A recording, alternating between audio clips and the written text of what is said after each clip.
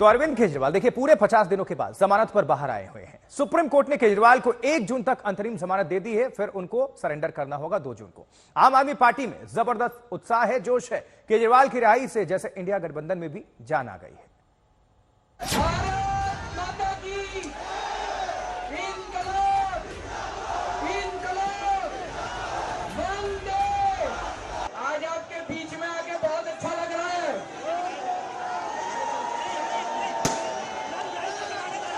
मैंने कहा था ना मैं जल्दी आऊंगा,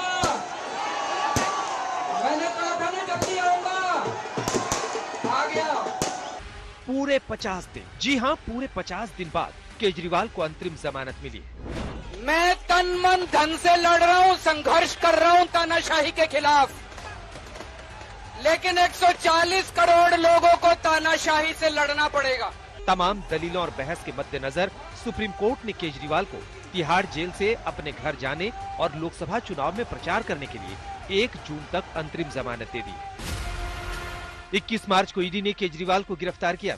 1 अप्रैल को उन्हें तिहाड़ जेल भेज दिया गया, यानी कुल मिलाकर 22 दिन बाद केजरीवाल बाहर आ रहे हैं। लेकिन जिस तरह से सुप्रीम कोर्ट ने केजरीवाल को जमानत दी है और जिस तरह से केजरीवाल की जमानत को लेकर सुप्रीम कोर्ट के अंदर बहस हुई, वो भी अपने आप में दिलचस्प।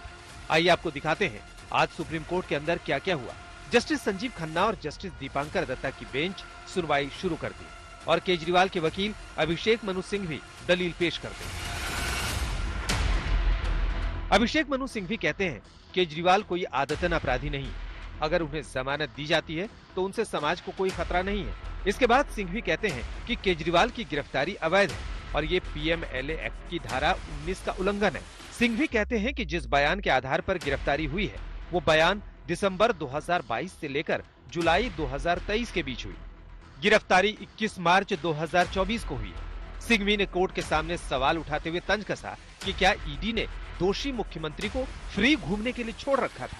इसके बाद सिंघवी बोलते हैं केजरीवाल की गिरफ्तारी लोकसभा चुनाव के लिए आचार संहिता लागू होने के बाद की गई। इस मामले में कोई नया मटेरियल नहीं। जिस बयान के आधार पर गिरफ्तारी हुई वो जुलाई 2023 को हो चुका था, लेकिन गिरफ्तारी 21 मार्च 2024 को हुई है।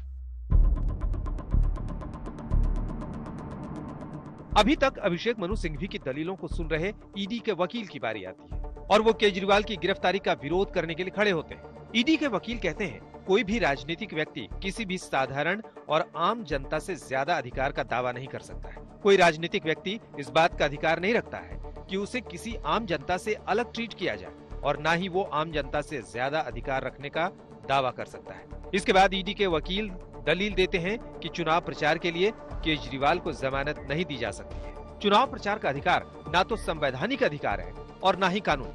ईडी की तरफ से कहा जाता है कि अगर केजरीवाल को कैंपेन के लिए अंतरिम जमानत दे दी गई तो दूसरे लोगों के लिए भी ये नजीर बनेगी। फिर ईडी के वकील कहते हैं पीएमएलए के तहत कई राजनीतिक शख्स जेल में बंद हैं। साथ ही कई ऐसे राजनीतिक व्यक्ति भी जेल में बंद हैं जिनके खिलाफ क्रिमिनल केस पेंडिंग है। ऐसे में ऐसा कोई कारण नहीं है कि मौजूदा मामले को अलग तरह से ट्रीट किया जाए।